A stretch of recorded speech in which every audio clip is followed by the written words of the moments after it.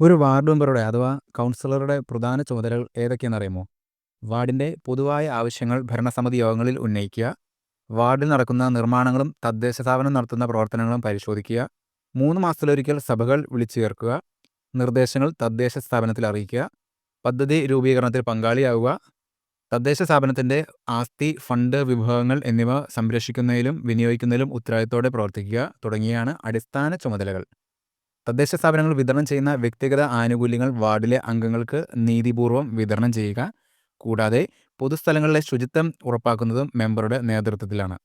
വാർഡിൽ അസ്വാഭാവിക മരണങ്ങൾ ഉണ്ടായാൽ പോലീസ് ഇൻക്വസ്റ്റിൽ സാക്ഷിയായി ഒപ്പിടേണ്ടതും മെമ്പറാണ്. ഇതിനൊപ്പം വാർഡ് തലത്തിലുള്ള ജാഗ്രതാ സമിതി, വികസന സമിതി, monitoring committee, hospital management committee, anganwadi welfare committee, ആരോഗ്യ ശുചിത്വ പോഷണ സമിതി, ദുരന്ത നിവാരണ സമിതി എന്നിവയിൽ വാർഡംഗം അധ്യക്ഷനോ അംഗമോ ആയിരിക്കും.